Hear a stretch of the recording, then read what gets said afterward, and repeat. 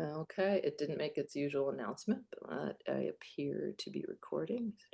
Yeah, I think it was already recording. It was a recording on Yeah. Florian's, but I do need Oh, to, yeah, I just need to make sure it's on my cloud too. So it hi, maybe Ruben. announces it Hello, once. Adrian. So, oh, good, good. Okay, and Ruben, just as a reminder, we've got a couple people here who are dependent on screen readers. So if as you go through your slides, do your usual great descriptions of what's going on. And Micah heads up, and Josie, I will probably be asking you to give us a preview of some of the visuals that will be happening in the sizzle reel, because we haven't gone and voiced any of the graphics that are in there yet. That will be something we do later, but we have a number of people who will miss out if we do not make a description so we'll just wing it for today, and then we'll work on that later. So good morning, everybody. Here in the US, it is a bright 8 a.m. Central Time, and I am super happy to be here. Kate Meredith here from Glass Education, and yeah, we've been working hard this summer on a video, and we're really happy to have Ruben here today. So I'm going to go around and have everyone do their introductions and maybe tell me your favorite thing you've done this summer. My favorite thing is that I got to spend 3 months with my mother on a little house next to a lake and work remotely. Satellite internet was interesting. I got time off every time it rained. So with that, Ruben, just give us a quick hello and we'll do a formal introduction of you later. Yeah, I'm Ruben García Benito from Spain. I work in Granada, in South Spain, in a research institution which is mainly focused on astrophysics, but I've been working on sonification for a few years, and I'm also a musician, mainly based on early music, and I'm also a sinologist, so study of history of Asia, in particular of China. So that's a mixed bag that I try to join in my research, and hopefully in the presentation I will give in a few minutes. And my favorite thing from work is the meeting in Coimbra from the Audio Mostly and ICAT joint conference. That was really, really fun. And from a personal thing, working at my new home and setting properly that. Okay, thank you, Ruben. Kathy. Good morning, everybody. Kathy Bailey Allen. I am with the Everett Group, which is the evaluation company that is working with GeoSonNet.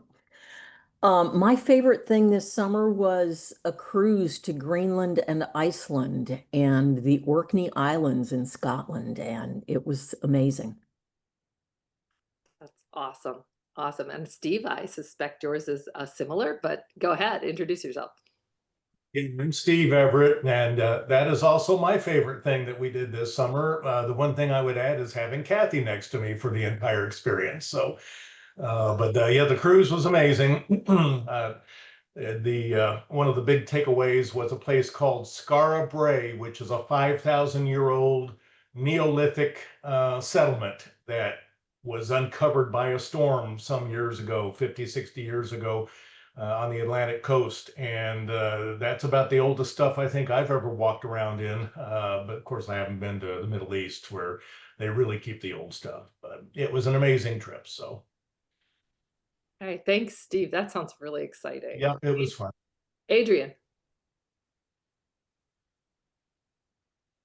Hello, it's good to be back at this meeting.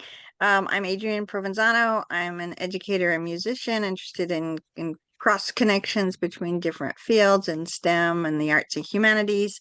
As far as this summer, on a professional standpoint, I participated again in an interpretive naturalist conference that's been going on for a couple years now. So I always learn things there. There was a great presentation, especially about awe and wonder, which I think connects to this field as well. And I presented on biomimicry. So that's my latest sort of deep dive passion. And I've been learning more and more about that. So very interested in that. And then personally, I just like going to the farmer's market. It's always fun to do that in the summertime. Thanks, Adrian. Carrie. Good morning. I'm Carrie Sapalo. I'm a research developer at the Educational Testing Service in Princeton, New Jersey. I'm also the president and founder of Independent Science, an access technology firm that specializes in talking science laboratory equipment for blind and low vision students. And as I mentioned at the beginning, chair of the Inclusion in Science Learning a New Direction Conference on Disability. Something cool I got to do this summer is I got to go to my first American Astronomical Society or AAS meeting in Anchorage, Alaska in June. And that's a fun group, and they have some interesting sonification projects going on over there that I learned about. And some of those folks might be in this meeting this morning. I'm not sure, but it's a pleasure to be here. Thank you. Thanks, Carrie. Matt, you're next. I'm also with the Everett Group. Worked with Steve when back in my previous life working for the Air Force, and I was a conductor for the Air Force band program, including both overseas bands. And so I'm very fascinated to see the presentation today because I am a firm believer as well that while music can be used as a way of establishing communications, it is not a universal language either, because I think that, to me, that's always taken away from the contributions that everybody has made to world musical art. So I'll get off my soapbox, but I'm looking forward to today. Thanks, Matt. Micah. Hi, I'm Micah Lewis. I'm an undergraduate student at the University of Louisville, pursuing a degree in math.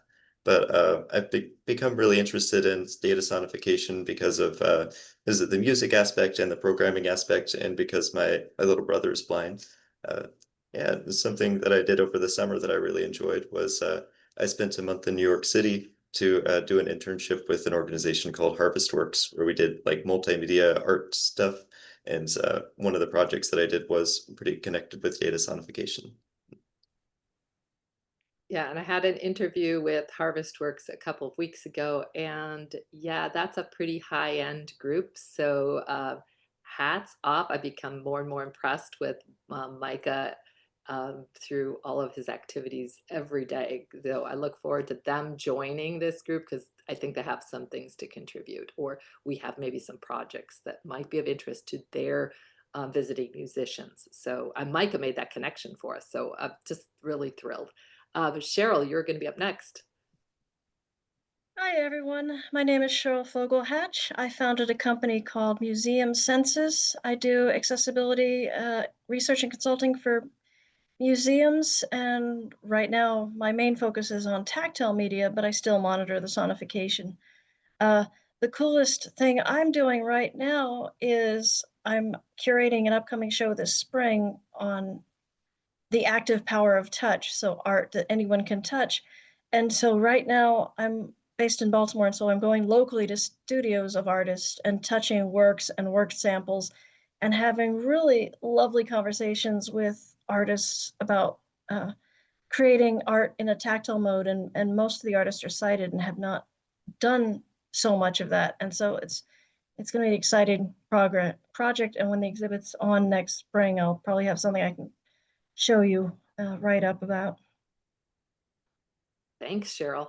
Cheryl has contributed so many things to her blog and newsletter, whatever you're calling it, Cheryl, but we get information from Cheryl, and it's a very insightful work.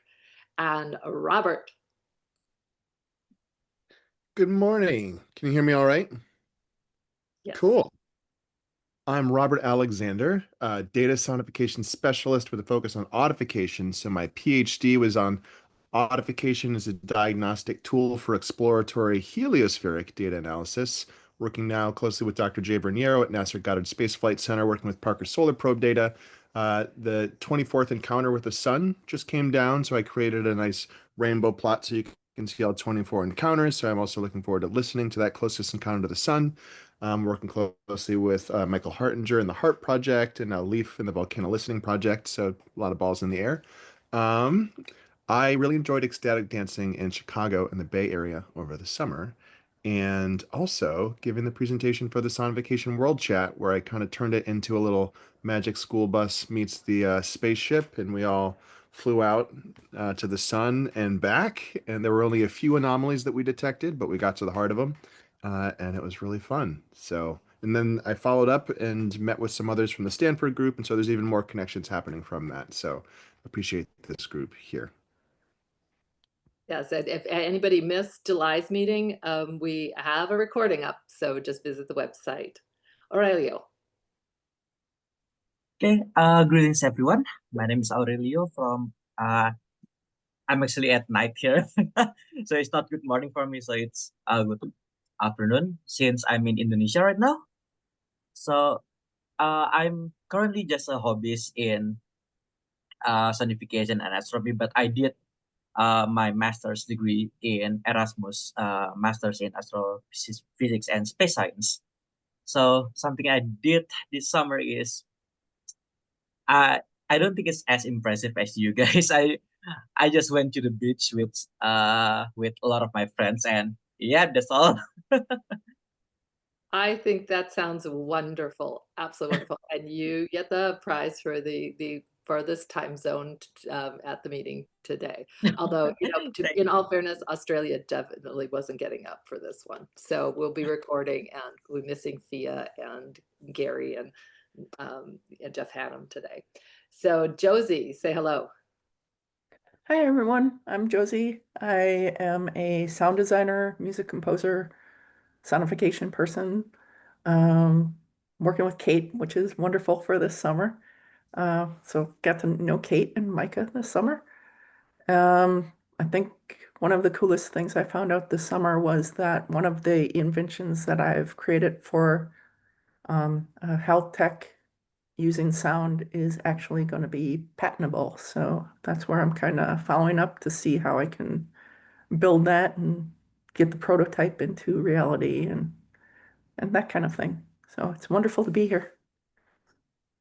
It's really good to have you, and it'll be very good to get you up to GLASS education. Like we just discovered Josie was here, and the GLASS isn't going anywhere. Exciting news for GLASS, we do have funding to hire a fundraiser. So I'm going to get out of doing one of my jobs really soon.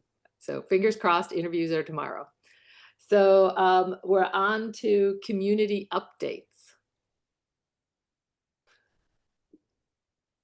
Anybody have anything? We don't have, I will be talking about the AGU meeting later, and you know, I will update you all on what happens at the Island Conference. I will be presenting about sonification and sort of the history of Sonification World Chat, and gathering some information for the AGU meeting in December, where part of what I want to my portion of that town hall meeting will be, yes, you can actually hire a professional person with a vision disability, and that will work. And here's how you can do it. So I'm going to be gathering. I think I'm inspired by Josie and Micah, and I'm going to get my camera working, huff a tripod with me, and see if I can get some interviews, because I love the work we've been doing this summer. I've learned a few things. So mostly that it's not so scary. So anybody else have anything else that they'd like people to know about? Any upcoming meetings, things that you'd like to share?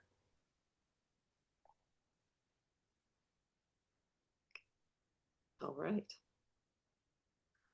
All right. It's time for Ruben's presentation. And I'm really excited about this because when I first really got to know Ruben, this idea that music was not, you know, that you physically would be hearing things differently, that your ability to discern different tones and what you thought was pleasant or what you could listen to was controlled by your cultural upbringing. And that, from me, somebody who's been super interested in the neurosciences for a lot of years. I mean, I'm a geek with no musical talent at all. So mostly I organize things. That's my superpower. but to encounter that thoughtful, extended exploration, that devotion of a career from a person with such diverse talents and really discerning a critical scientific exploration of this topic really appealed to me and allowed me to understand a topic that I really don't have a good background in. So to be able to share that with the sonification community and in the hope that it will also equally inform how we approach creating sonifications so that they're not always nested in just the Western auditory perception of sound. And so lots of you on here will get a lot out of this today. And with that, I bring you Ruben Garcia Benito. Thank you very much. I'll start sharing my screen. And did you remember to share your audio? I believe so. So okay. If in the first example you don't listen anything, just let me know and okay. we'll try again. And also, if there is something on visual I don't describe, please let me know and I'll try to do it as best as possible. Thank you very much, Kate, for the beautiful introduction and for the invitation. It's really a pleasure for me to be here, to meet some of the old friends virtually and to know others that I hope to meet in person. So I'm really, really happy to be here with all of you. So as I said, I'm Rubén García Benito from the Instituto de Astrofísica de Andalucía in Granada, in Spain, and also I'm director of the early music ensemble Todos los Tonos y Aires, All Tones and Airs. So a bit of background that I already said. So from the music point or the sound point of view, so I started like in classical music, standard European classical music with violin and composition. Then I went to film music a bit with a few courses because I really love to compose for visuals. But when I was young, I already liked very much the connection with the past and with the sound of the past. So I started at the same way, early music with early music instruments like viol or recorder. And at the same time, studied a degree on sinology, which is the study of the culture, history, and art of China in particular, but it was East Asian studies in general. Then I went to China to do traditional Chinese music, to study traditional Chinese music and instruments, and then the connection with early music. So I did studies on research, mainly on early Chinese music and the connection. And then I founded this early music ensemble, which tries to find connections, historical connections between Europe and Asia in the past and try to reconstruct the music of these early connections. So the topic of my talk is this sentence that you have listened read in a lot of documents. Is music is the language of mankind, right? Let me see if I can. Okay. So, although this is really a beautiful poetic idea, you have seen in many newspapers and in documentaries, and even for research proposals or for funding proposal, mainly for cultural activities, because it's a very powerful idea. But in reality, it oversimplifies the realities of the musical practices, the specificity of musical practices in different culture environments, of different listening modes, and why not also in the software bias that we put into the software architecture that we write, especially in musical related softwares. So to run the discussion on this, I started. This is based on a paper I wrote for this meeting I'm gonna talk about now. So I started scraping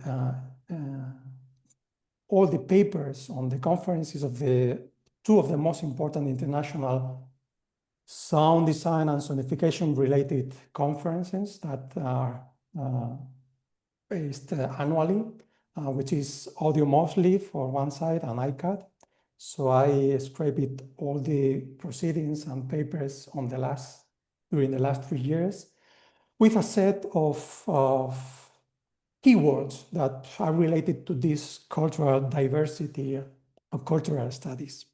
And I do see, to my surprise, that there was very little words. So you are seeing here heat maps from the count words of different words at each of the 3 last years for the audio mostly on one side and from the ICAD.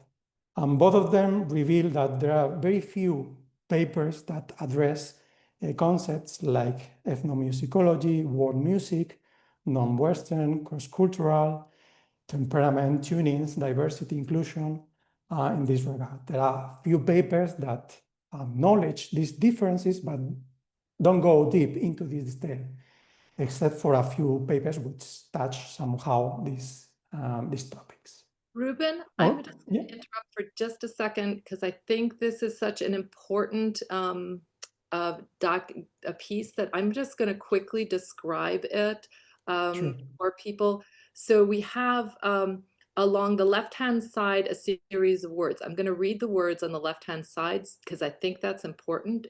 Top one is, and these are in descending order of how they appeared generally in the when he scraped the PDFs for particular words. So music, sonification, emotion, perception, sound design, culture, aesthetics, acoustics, intuitive, historical, tuning, inclusion, diversity, concert, ethnology, universal, musicology, psychoacoustics, ethno, world music, non-Western, cross-cultural, and temperament.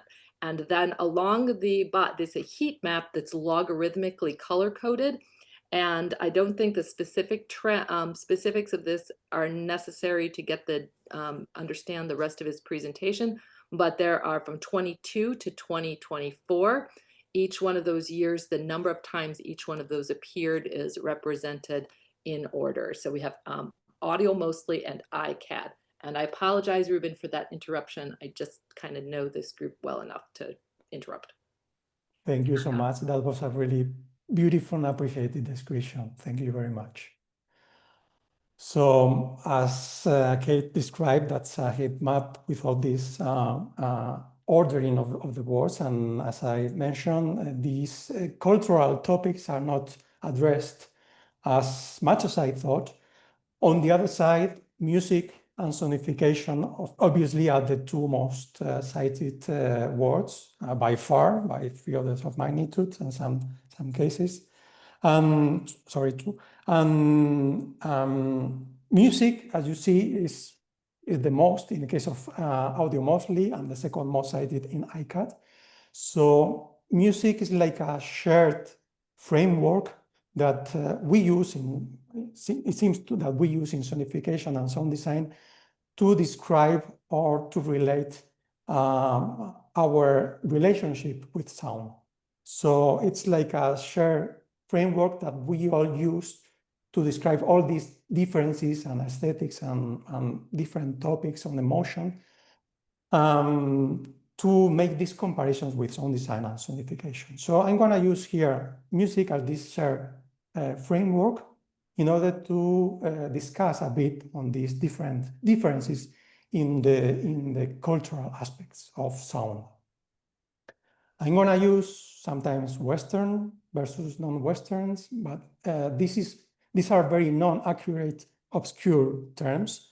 They are used mainly as shorthands, but I refer you to the paper that I wrote for references that go more in deep into these terms and their deficiencies, and I refer you to this for a more nuanced discussions. So let's listen to a few pieces of music from different cultural backgrounds.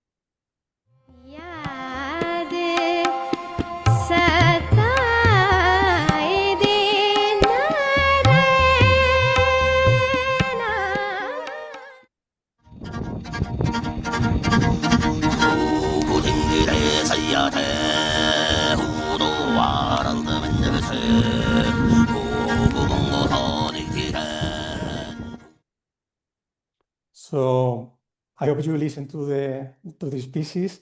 So these are examples from Europe, from China, Japan, India, and Mongolia. And you see that there are very different aesthetical musics here that we can listen to, appreciate, and also the use of voice, which is very different in all examples, right? So although we all have voices and music, we can use it in very different ways. So to explore this diversity and the impact of culture in music and in all related to sound, I'm gonna use two very known disciplines. So to study the past, we use historical musicology, which is the field of expertise that used to reconstruct lost soundscapes from the past. On the other hand, ethnomusicology studies today diversity of musical worlds in the present day. In case of historical musicology, since we don't have recordings only from we have only recordings from the 20th century, we base the research on the limited amount of scores in the very distant past, and mainly on aspects like iconography, on paintings, on written records, on treatises, on musical descriptions, to try to reconstruct how was the musical aesthetics and the musical ideas that have our peers of the past. This is not only in the framework of Europe. There are similar studies, it's called historical informed cultural musicology, in India, in China, in Japan, in Persia. This is for what is called early music, so from medieval to Baroque, let's say, but also goes into more ancient music like Rome, Greece, Mesopotamia, or even in the Neolithic with the study of archaeoacoustics. So there's a lot of studies into the reconstruction of the sound of the past. If we put this all together, we have then we can do diachronic and synchronic studies across cultures.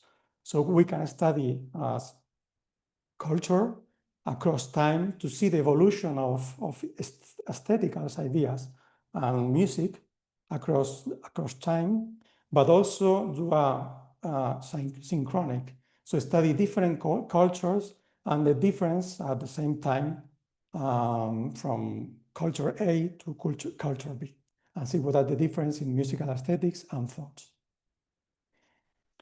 Let's focus a few minutes with the first one, with the historical musicology. And we can think the past as a foreign culture. That is to say, can we understand the past through our modern ears, even if it's our own culture? And that's not the case because if we, for example, compare rendition of music of historical informed performances of medieval pieces, the musical aesthetics, the performance is very different when, for example, what was done at the beginning of the 20th century with Gregorian chant, for example, where it was very much a romantic style, long phrasing, lack of ornamentation, and many other details that the medieval aesthetics had. So you have to study these other music aesthetics in order to play it or to try to reconstruct how it was. In fact, this past as a foreign culture is seen when a modern, in this case, European musician trained in modern music approaches medieval music, for example. And the students have to unlearn many of the things they have studied, because in modern studies, they are used to perceiving melodies with functional harmony and relating melodies to chords and mentally hearing the harmony. And it has to be unlearned because with modes, at least in medieval theory, there is another way of thinking, of listening this music. And you can, if you listen to this internal harmony that you are trained to listen to, you got wrong the evaluation of the final mode and then the important aspects of the relations of the music internally in these medieval thoughts. This is just an example. And also, of course, of all the aesthetic performance that you put into the semiotics of the music. This not only happens in European context. There are a few papers also, for example, in the emotional response of modern Indian listeners to raga, which are different from, doesn't correspond to those references we have in Indian treatises of the past. Okay, so this, even we are born in a given culture, doesn't mean that we understand our peers of the past in terms of musical aesthetics in this case. Let's move now to ethnomusicology, which was challenging this myth of musical universals right at the end of the 19th century. And one of the examples is the famous work by Hermann von Helmholtz, which, among other things, he provided the foundation of the theory of music, in particular, theory of consonance. But he regarded his theory of consonance as a mere summary of observable facts. He instead considered melody the essential basic of music. And he advised other researchers not to use his theory of consonance as the basics of music or pleasantness. Physicists later disregarded his advice. So he thought that scales, modes, and harmony are the consequence, are not the consequence of aesthetic principles, and not the consequence of laws of nature. His translator into English, Alexander Ellis, did also a very important work on studying different scales across the Eurasian continent.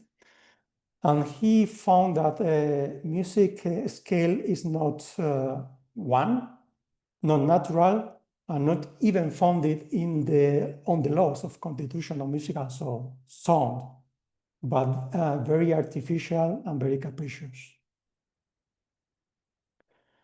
So ethnomusicology took another step forward on the 60s.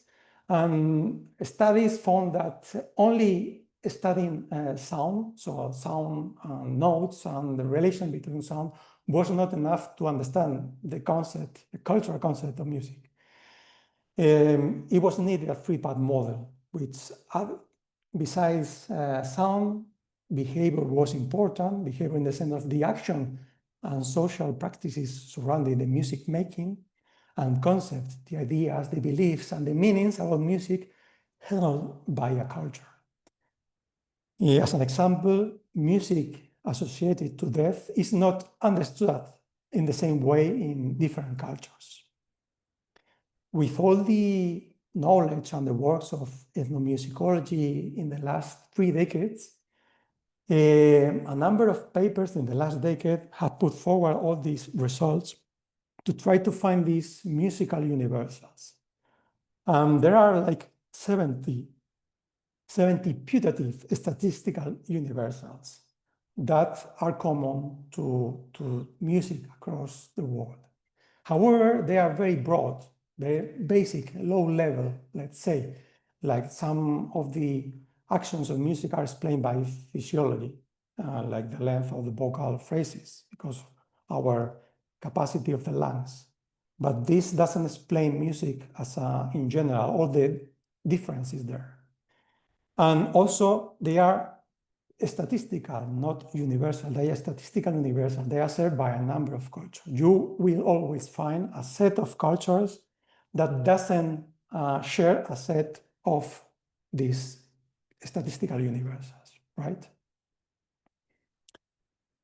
Related to both of these, historical musicology and ethnomusicology, we move now to a common shared topic, which is tuning and temperaments. This is the scales and how we tune our notes. And as in astronomy, 12 moons doesn't make a year, a 12 perfect fifth doesn't make an octave, okay? If you want to use pure integers and pure ratios between numbers, which is related to this idea of harmony of these spheres, you cannot close the circle of the eighth, of the octave, with the circle of fifths. And then you will miss this connection, and there is a segment there that you cannot fulfill. And then you need to rescale all these relations between notes in order to fit, to close the octave.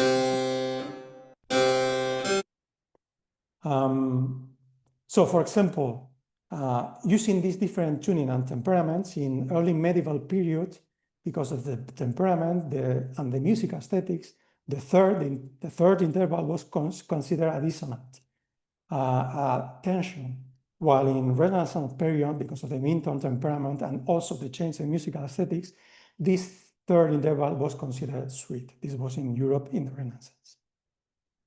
And across history, there's been like more than 100, over close to 200 different historical temperaments only in Europe, and more of them outside Europe. And they have been in use at different stages. Here is a chart with all the some of the different temperaments in Renaissance, Baroque, Classic, Romantic, and they overlap. Even in the Romantic in the 19th century, we have like more than 20 different temperaments used at the same time. Finally, at the beginning of the 20th century in Europe, there was put a standard, which is the 12-tone equal temperament. And from that on, most of the music that is played and produced is made in this temperament, which, by the way, was funded, the mathematical proper description by a Chinese mathematician and musician, Ru Taiyu, at the end of the 16th century. This all was known later in Europe. And for example, Bach knew this 12-tone equal temperament, but he didn't use it.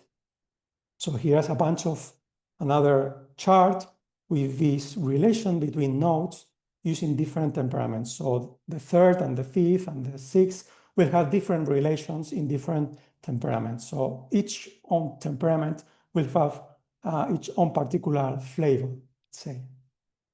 Thus, one of the conclusions is, for example, that Bach music was not meant first for a piano, which didn't exist at that time. It was another type of historical keyboard instrument. And also it was not meant for a 12-tone equal temperament, but for another different temperament, which is an equal temperament, which gives this flavor of different keys. You will see differences playing different keys in the using this temperament. While if you use a 12-tone equal temperament, all flavor is flattened, all the relationships are the same in all keys. That's for an early musician from the past. Playing a Bach, for example, suite on a piano tune in a 12-tone equal temperament, it's utterly out of tune and out of aesthetics as well. But let's move for a couple of slides to other cultures, just to have a feeling of these different scales and tunings. This is an example of the mouth organ. Shen in Chinese so we have references of this ancient instrument in China from more than 2,000 years ago in treatises and also in archaeological records. And this was spread across Asia, and around the 6th, 7th century, it went to Japan. It was there as another national instrument. It arrived and it was then rooted there in the court music. This show, they have in this court music a set of chords which are consonant. They are related to the harmony of the music, and they are consonant. which at the same time in Europe would be utterly dissonant. Let's hear a few examples.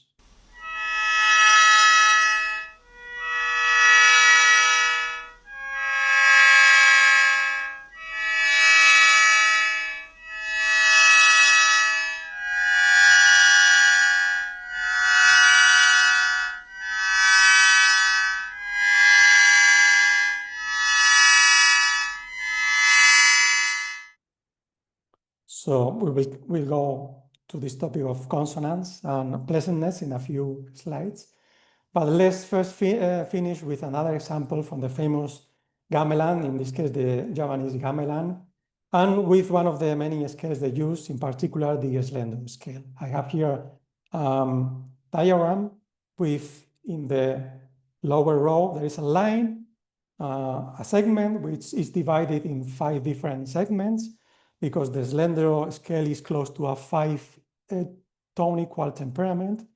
And in the upper row, I have 12 segments corresponding to the Western major scale, let's say, which is the 12-tone equal temperament.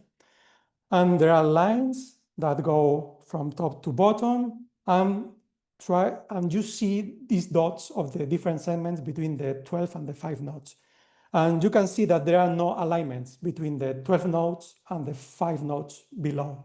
So 12-tone equal temperament, that's the tuning of typically of a piano, cannot play a slender scale in a piano. They are uncommensurable. That means that when people in Western music school teach, for example, pentatonic scales and say, this is a pentatonic scale, for example, they could say from Java, but this is not true because they cannot play it. So they are flattening the differences. And in fact, in a piano, most of the pentatonic scales that we have around the world are cannot be distinguished because they sound all the same because of this flattening and because of the differences between the different notes that cannot be played in a system.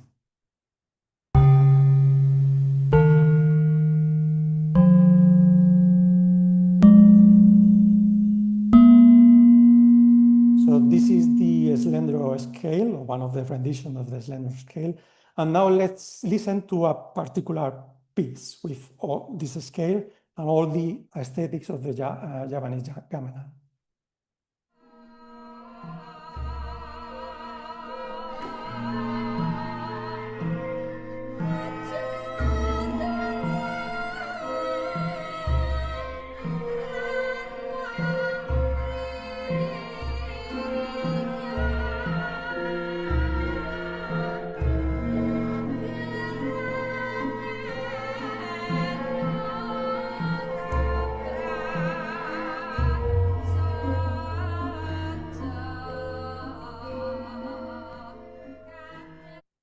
So as in the first example, this is a very different musical aesthetics with all the,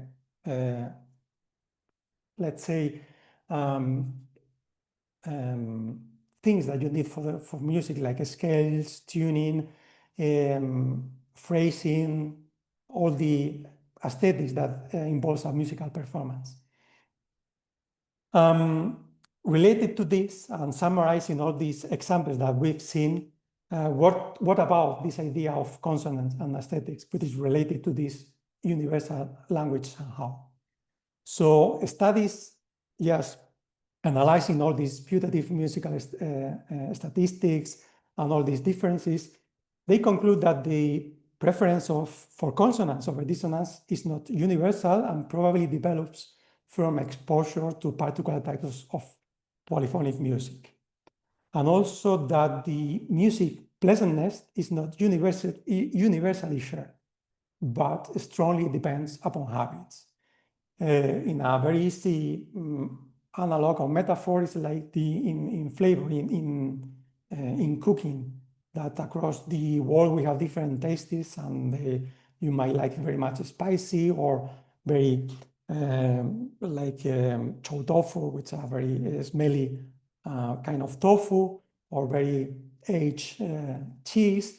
So these are very different, strong flavors that one culture might not be used to, but I mean, you can learn as music to get used to this. But at first, it can shock because it's very different from what all the experience and learning across during your experience in your culture. And this also goes into the what we think about the universal senses hierarchy. We accept that there is a hierarchy in human senses, like first go sight, hearing, touch, taste, and smell. But if you analyze different cultures, this is not universally shared, and this hierarchy goes in different order depending on the culture. And also, this is kind of related in the context, in the framework that you explain or try to describe another culture. And we can't always assume that understanding certain human functions within a culture, within a given language like English can provide us with a universally relevant perspective or solution. So we might miss some of the nuances of this culture, describing some very hard coded cultural topics. And all these things that I've been exploring about scales, tuning, musical aesthetics now goes much into the topic that brings us here, is sound design or sonification. And one of the topics, important things, is about evaluation and is it useful, is appealing. And with all the things I've said, if one culture, for example, focus very much into the different developments of very complex rhythm, non-rhyming, non-cyclic, then it might not be very appealing for that culture, complex harmony. While in the other way, you are very much focusing to harmony, perhaps complex development of melodies and the fluctuation and the transformation of melodies to other modes might not be that appealing even intellectually to you. So this appealingness is very much rooted into how you experience and how you have learned how to evaluate music or your musical aesthetics.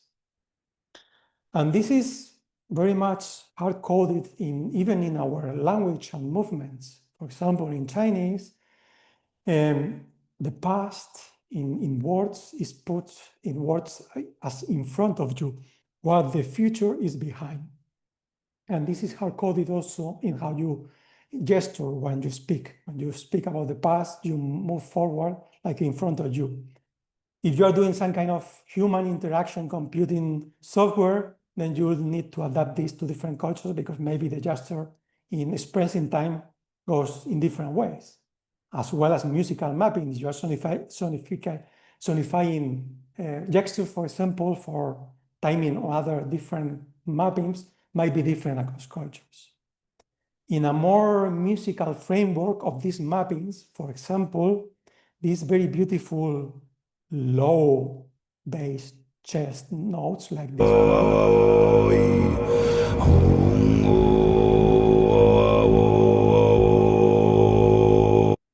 So these are songs that describe the very, in Tuvan music and Mongolian music also, they describe a lot the landscape. And these very low notes are describing the highest peak mountain song. So this mapping might be not, let's say, at the beginning, insightful for you, but this is what they do in their music. And how this is translated into, or what are the impacts of this into, for example, software. So digital audio workstations, media standards, machine learning models are mainly built on Western assumption. For example, risk-based timing or symmetrical rhythms or equal temperament. These are all topics that are related to mainly Western music. And these are not global defaults, but they are local defaults that have been exported globally. And thus, there are aesthetics biases in how we frame this music into software that are embedded in these interfaces or workflows. And you know very well maybe Phuket, which is a very famous software designer of among other things, on musical software. And he says that not software can be entirely cultural neutral. And this goes very much into music-related software. And this goes into even in our how we title our books, right? There are about 3 books. One is titled History of Music, another one Fundamentals of Music Theory, another one History of the 15th Century Music. So here music is like, if there was, yes, or there is only one music theory, or only one history of music, or only one history or music theory that is deserved to be put in a book, right? So there might be implicit message, not intended, that there is only one type of music, right? So the fact that we have, so that the Western music is almost everywhere and played by many people outside the Western sphere is not the result of Western music being universally in that aspect, right? Is not universally essential, but it's the result of historical processes like colonialism, globalization, mass media, or commercial music industry, right? I'm reaching the end of the talk, so I'm now summarizing some of the key factors. So for sound design and sonification, what's the impact of these ideas? First, that context matters. Sound design can be culturally adaptive.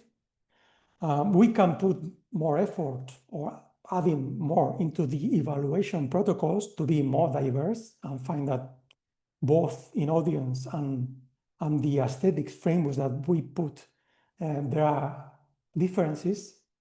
And also acknowledging that there are different listening modes and these different cultural aesthetics and learning perceptual basis are also in our target audiences and the samples we use to evaluate our results. That's one of the conclusions we instead of designing for the universal user, designing for multiplicity and acknowledging that there are different musical ontologies and different listening modes.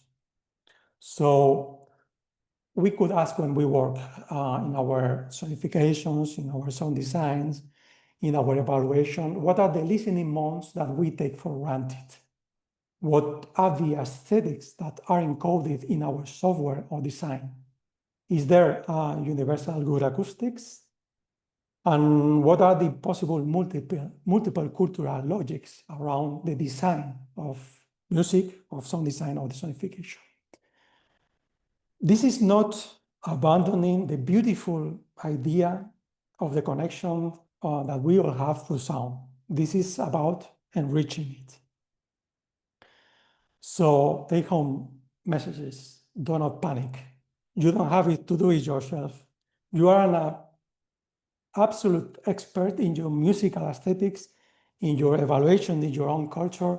Keep it that way, keep progressing and share your work with others, but allow for others to design for multiplicity. Maybe your design is not the best approach for other cultural environment. If you want to be in, then broaden your musical exports, but mainly co-create with a cultural expert. Encourage artists and sound designers with experience in or from other cultural backgrounds to develop these ideas or to co-create with them, right?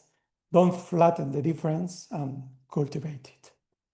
So I'm gonna end just putting here the paper that Kate also put in the chat and in the mail. You can read this with all the references. I think there is a lot of nice references. You can continue reading about this, but I think in the paper I do a very better description that I can do it on chatting. But please read it and drop me a mail if you have any ideas. And let me end this talk with a sentence that I believe summarizes pretty much this idea, and it's a sentence by George Bernard Shaw, which is, though music be a universal language, it is spoken with all sorts of accents. So thank you very much, and I'm very happy for giving this talk, and I'll be happy to share and listen to your thoughts and ideas on this.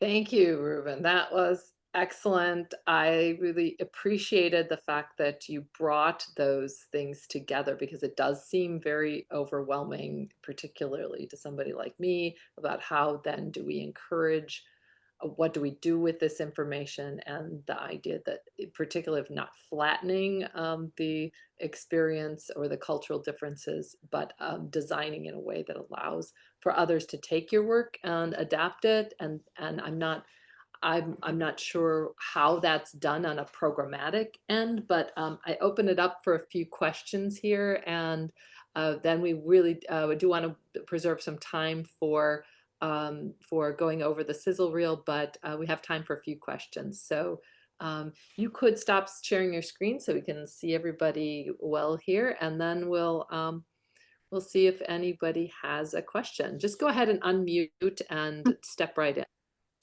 Adrian, go ahead. I see you.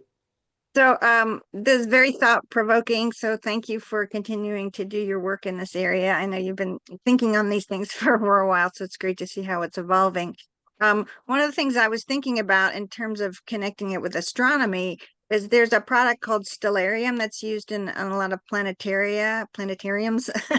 And it used to be just the Western constellations, but now they have a whole list of varying cultures and ethnicities and different approaches to observing and understanding the night sky. So if you want to see constellations from Lakota or Dakota or Persia or wherever, you can do that. So it makes me think about what you're talking about in terms of music and how that can be, again, broadening the perspectives that are involved. So that's not as much a question as a comment, but I wondered if there would be a way to have some sort of tool along that sort of Stellarium approach where someone could take a sonification and then they could also perceive it in different temperaments, even in terms of the tunings and things like that. Are there any ideas for something along those lines? Thanks. Thank you, Adrian, for the nice comment. And I really love the approach of Stellarium of putting together many of the different cultures. And that's beautiful. I used to play around with that because, I mean, it's really a lovely environment, and you can learn a lot from the different views on the sky of different cultures. And that would be lovely, as you pointed, to have some kind of similar approach to music and to sonification. And that would be a lovely project to do. I was thinking in the last few years to do some kind of similar thing with Stellarium, but because I like very much, and I work a lot on early music, to try to put these early music pieces of different cultures that are related to kind of cosmological ideas and how they frame that. They sound very, very, very different. So it would be kind of the similar thing to Stellarium, but in the music related to astronomy. But it would be lovely to have some kind of similar thing with present-day sonification, as our present-day taste and aesthetic is different from the past, but also different in present-day among cultures. It would be lovely to see how other people, I think some artists from, I don't know, Indonesia, thinks about sonification in astronomy, for example. That would be lovely to do. Thanks.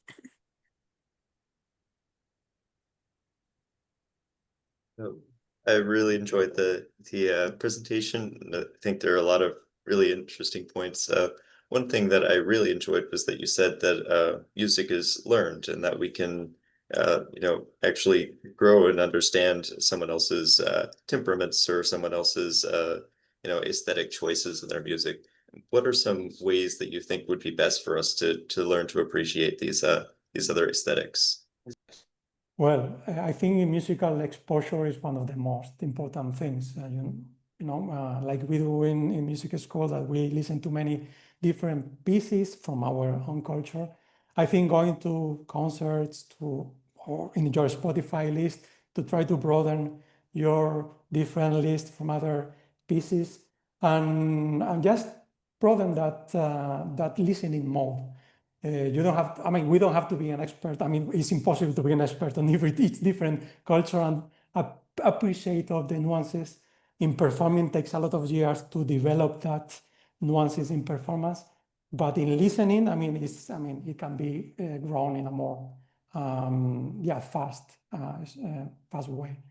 So I would say that for an easy start way, just listen, and also listen if you can. I mean, learning about the framework of that culture would make a lot of sense, because some music is very alien and you might not understand anything at the beginning. But I found that, like, for example, in promoting cultural activities from Indonesia or China or Japan, in these music concerts, there is first a brief talk explaining some of the concepts, and then the people is engaged later on the concert, because understand some of the basic rudimentary music aesthetics and important things that you can enjoy during the conference. Otherwise, it's difficult from the start to pick those of them. So that would be one of the easy approaches. Thank you. That also made me consider another thing that popped out at me was, given these different numeric relationships between sounds, is how do we explore the advantages that different methods or tones would allow us in data exploration. So I'm curious, has anyone done any work as to, can you, when you learn to listen in a different way, give you more granularity or allow you to hear different things in data? That sounds cool to me. Indeed, that would be a fantastic topic.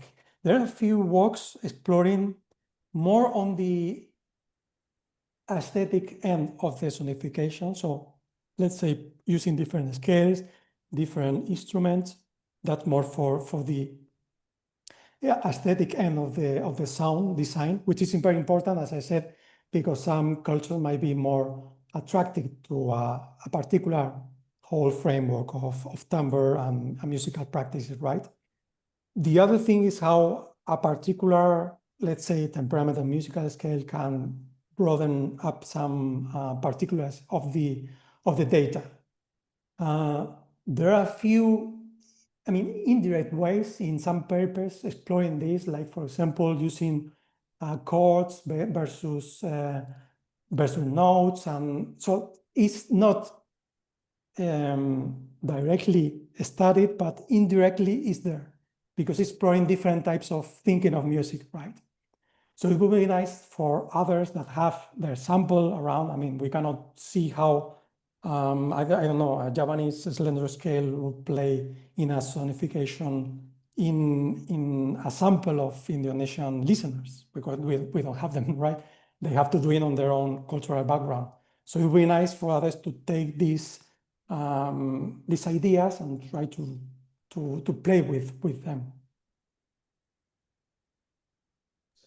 Robert, did you have something you wanted to chime in? Yeah, 100%. So I'm in Maine right now, and my connection's kind of slow, so I might sound like a robot right now. But this has me thinking a lot about the nuances when we talk about parameter mapping and then direct audification. Because what you're describing, there are choices that are made as we quantize the data to fit the musical scales.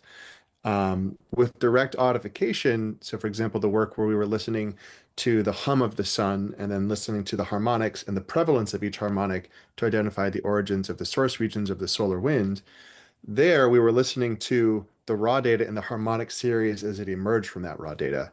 And the harmonic series we can think of as being, kind of something like the sound of a river, whereby 1,000 years ago, we could sit down by the side of a river, we could sit down by the side of the ocean, and it's going to sound like it sounds like today.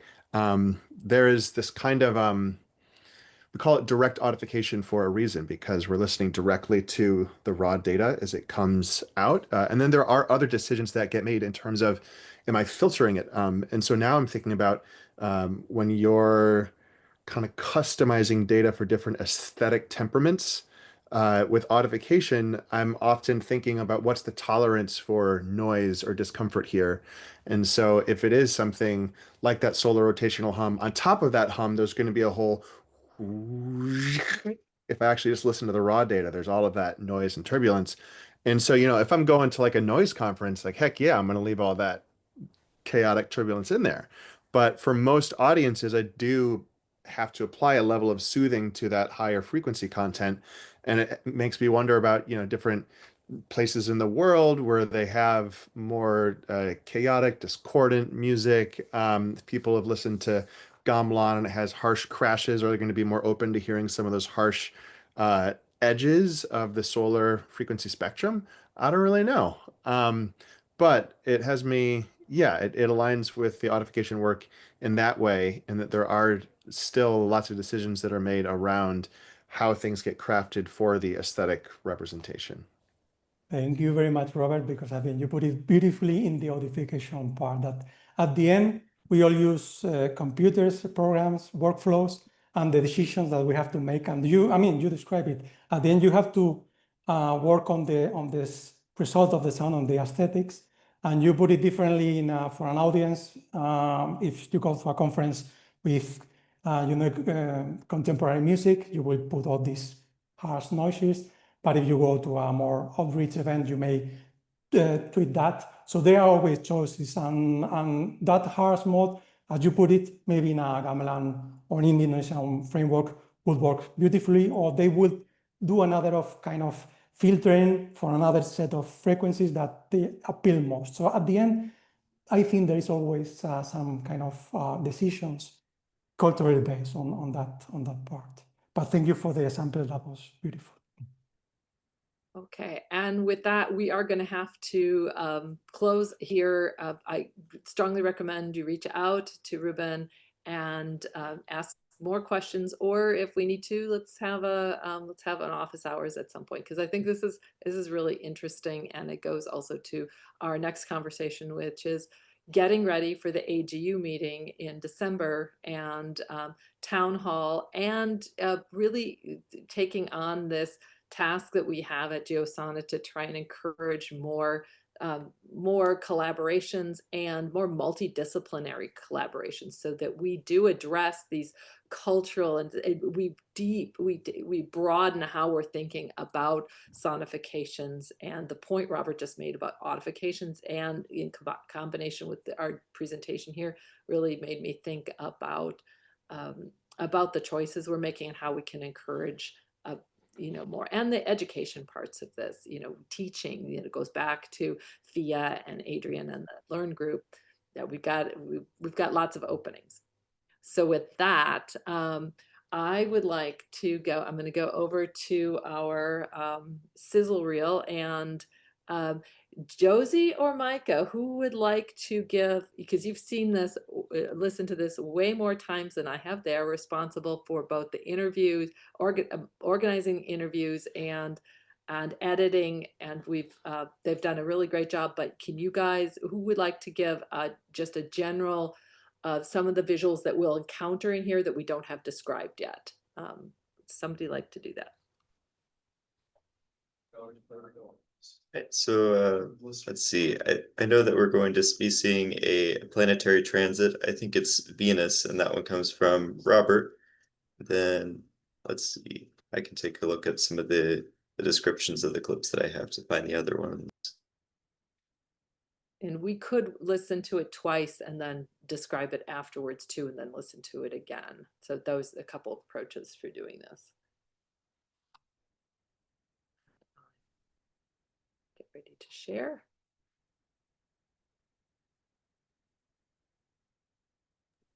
Yes, for the sizzle reel, it's a work in progress, so we haven't finished everything on it or tagged everything and put all of the details into it.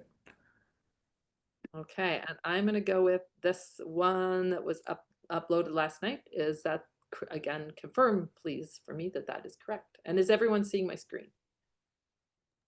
That should be the latest one. Okay. I really believe that data sonification, that was not me talking, that is the video. So here we go. Me in my office. I really believe that data sonification's time has come. I've seen it grow over the years. We have the knowledge, we have the tools, we have the expertise, and we have the lived experience of people who have witnessed what it can do for discoveries. We've become so used to seeing our discoveries that we can't imagine what's out there for us if we just let the data sing to us. Let's define equivalent purpose and have a clear, measurable, baseline for what this means, and that way we can actually start making some progress in getting blind people into these professions that are so currently visual centric. Remember the first time I heard a sonification of an exoplanet transit, and you can hear the specific shape of the transit. I was literally blown away the first time that Jeff was able to sonify a spectrum for me. And I think that was one of the moments that the data sort of came alive to me, because it felt like this was for the first time some representation of the data that was meant for me, And it was the sonification that opened the door to me, to the data, as others would see it with their eyes for the very first time. Sound has an amazing ability to reach people and get them to feel things in a way that looking at a graph doesn't. And it's amazing how many insights will come from the place where you least expect them.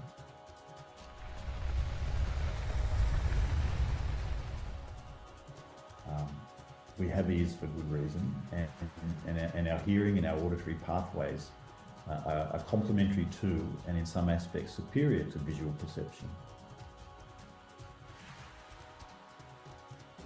So nice with like the Geosonic crew and like with Leaf's presentation, you get a visualization of like the magma in the caldera and the eruption while you're listening to the sonification. That's how it should be done. Not like there's one way to do it, but like that's a great example of sonification. All right. Back to. So that was Brandon Biggs, and he's presented with us. Sarah Kane, who has been a longtime person with the Sonification World Chat. We had Robert, and who else do we have on that? Oh, and Gary Ferran, who did the Vox Magellan, worked with Vox Magellan and Star Sound. I think those are our speakers. Did we get them all? And we will have them announced that in the final version. So I'm going to stop sharing for a second. We can listen to it again if you would like, or comments on that. So remember, the goal of this is to have, this is a first effort at having a pitch for getting teams together and really exciting some interest in joining both the GeoSonNet and the conversation about that this is important and people are doing it and that it matters to people with with different vision levels and all of that. So comments on this and things you'd like to see or participate in. So one thing I was wondering, I noticed what Gary said. He was alluding to the teamwork and how that was a game changer for him. It might be helpful to have maybe a little snippet of narration that explains the the product that he was working with and the team. So just like maybe a little introduction or even after what he says to put it in context of, you know, that's Gary Foran speaking about, et cetera, et cetera. Just because I think the personal testimonies are very effective, but the listener or the viewer might not get that context as well. And then also to make sure it's closed captioned or subtitled.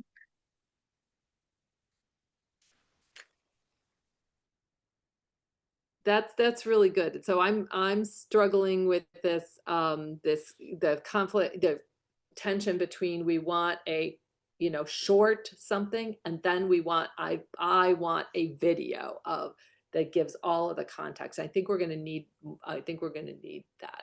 So we will, that very well received. Thank you, Adrian. Other ideas? What would you like to see? I'm certainly up to watch it again. Okay, would you like to watch it again? Okay, let's do that again. Think about, now that you also have a more grounding on who's there. We haven't put none of the screen, you know, no names are up. No, you know, obviously there's a lot missing yet, but you've got the general gist of things. So yeah, share sound, desktop share. Let's try this again. Okay, let's try it again. I really believe that data sonification's time has come. I've seen it grow over the years. We have the knowledge, we have the tools, we have the expertise, and we have the lived experience of people who have witnessed what it can do for discoveries. We've become so used to seeing our discoveries that we can't imagine what's out there for us if we just let the data sing to us.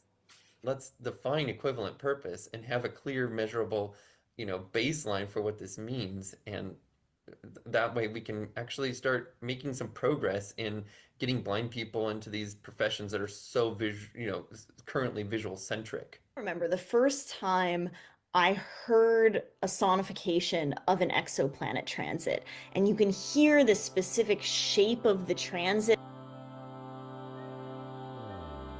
I was literally blown away the first time that Jeff was able to sonify a spectrum for me. And I think that was one of the moments that the data sort of came alive to me, because it felt like this was for the first time some representation of the data that was meant for me, you know? And it was the sonification that opened the door to me, to the data, as others would see it with their eyes for the very first time. Sound has an amazing ability to reach people and get them to feel things in a way that looking at a graph doesn't. And it's amazing how many insights will come from the place where you least expect them.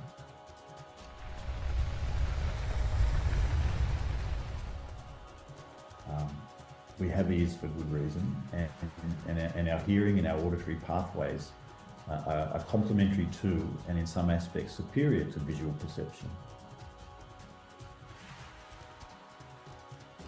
So nice with like the Geosonic crew and like with Leaf's presentation, you get a visualization of like the magma in the caldera and the eruption while you're listening to the sonification. That's how it should be done. Not like there's one way to do it, but like that's a great example of sonification.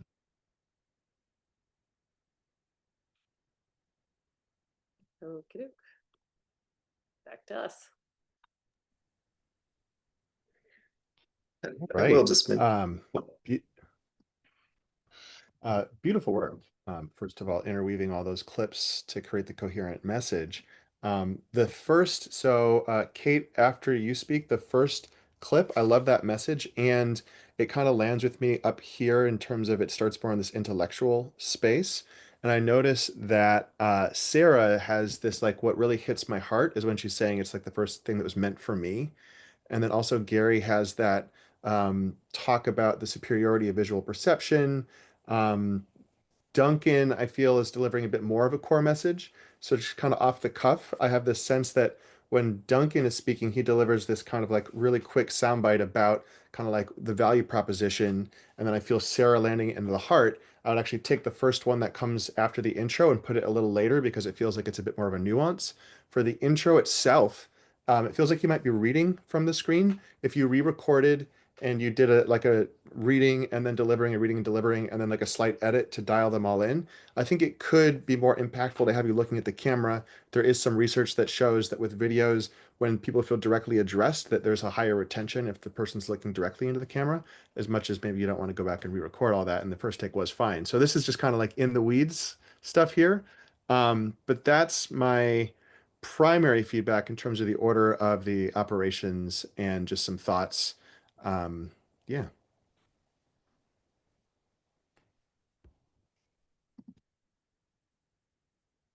Other comments, thoughts on where we could go with this? Yeah, thank you, Robert, for all of that, because that's one of the issues that we were also talking about was like, where should that clip, should that be earlier and that one?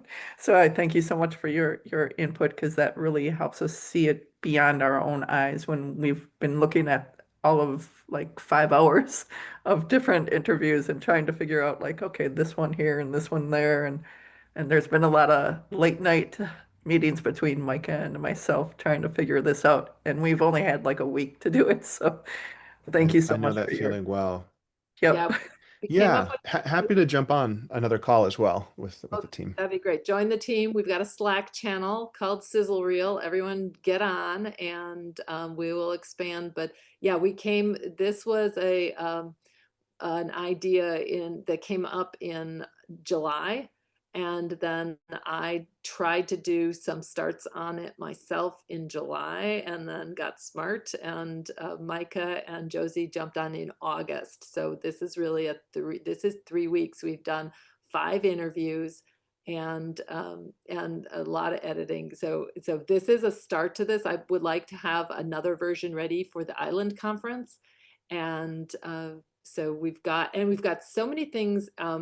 Adrian, would be interested. There's so many pieces on this that I've clipped for the education piece of it. Why is sonification, the education part of it, and the communication of information specifically, because that's kind of where I'm heading for Island.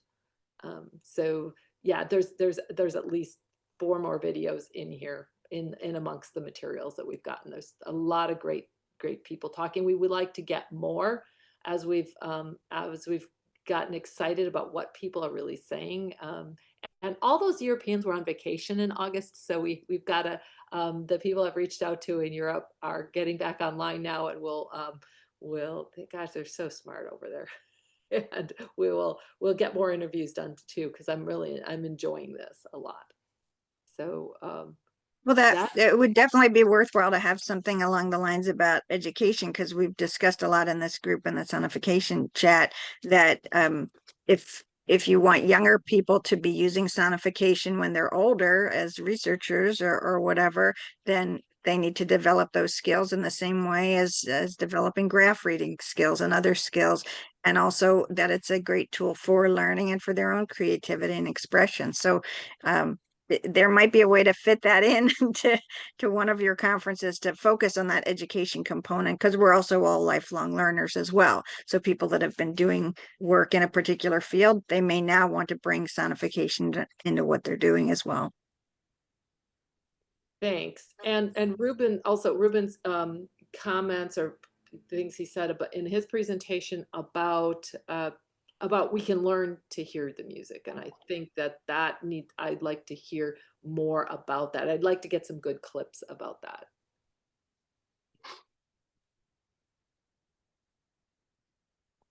We'll also, oh, you can go ahead.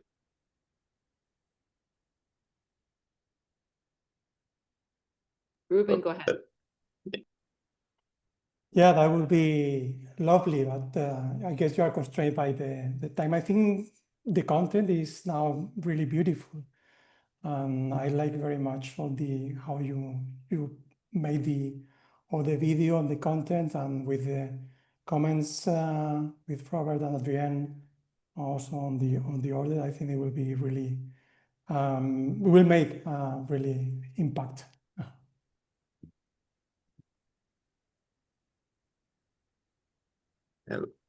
What I wanted to mention was we are getting quite a bit of content, and so it definitely is going to take more videos, and we're kind of thinking about creating like a longer video, as well as even just like cutting this video up into 3 sections, because we kind of have 3 bits, and then we have these little videos that are less than a minute long. And I think those would do a little bit better on like social media platforms and things like that. So I think that would be one direction to push this. And one of the questions that we had was like, where else should we push this video, and how can we spread that? So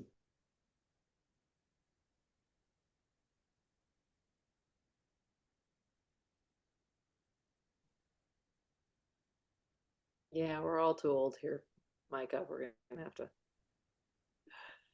And we're also doing articles for this as well, so that that can be outreach as well.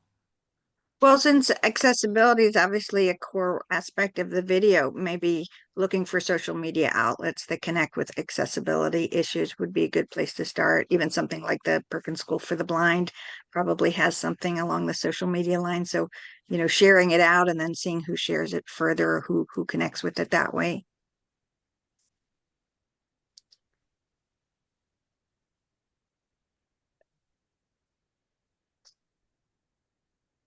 Well, one of the things we haven't gotten to today is to talk about the AGU meeting town hall. And I think I said at the last meeting that we have been accepted. We have a 1-hour format to work with. And again, our goal is to start generating these partnerships and these collaborations. And thanks to, you know, Robert being bold and getting out there, we have a few examples to point to already from GeoSonNet, but given how things have shifted with funding in the United States, and our original pathways are closed to us. So we really need to push this, and that's where I'm aiming toward. But we also have the restriction from AGU that we can't have remote presenters. Everyone has to be at the conference. I did not budget for that. And so we are looking at different formats for the town hall. And given that we haven't had a lot of discussion on that, here today, I'd like to look at town hall formats very soon, like within the next week in particular. So if you have availability, I'll send it out on the listserv and on the Slack channel about getting together to discuss town hall formats. I've got a few alternatives here, but yeah, we want sort of the speed dating kind of version of things, but it has to be people who are going to be at AGU, are going to be there in person. And that's a little disappointing, but that's what we've got to work with. But could you also incorporate video, not of live presenters, but video highlighting different people's projects, the same way you're doing with the sizzle reel, but in a longer format? So you could use a 3-minute clip of something in that way.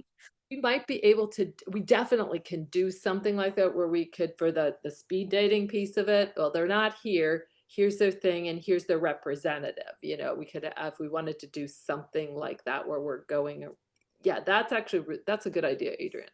And also, to pick up on what Josie said, is that now that we're really getting a theme going and a rich sort of this idea of writing some articles off of these interviews, that is going to get placed on the GeoSonNet website. So the GeoSonNet website hasn't done a lot other than track our current meetings and what's going on. So it hasn't grown in about 6 months. So I think that finding how we're going to share some of those articles and information, and then put them on the website, and then figure out how we can push things out to social media, that was definitely not something I was thinking about when we threw this grant together. So we will, but that's, yeah, Josie and Micah are on that with me.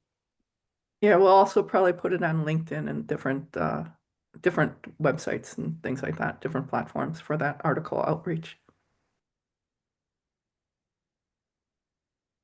Okay.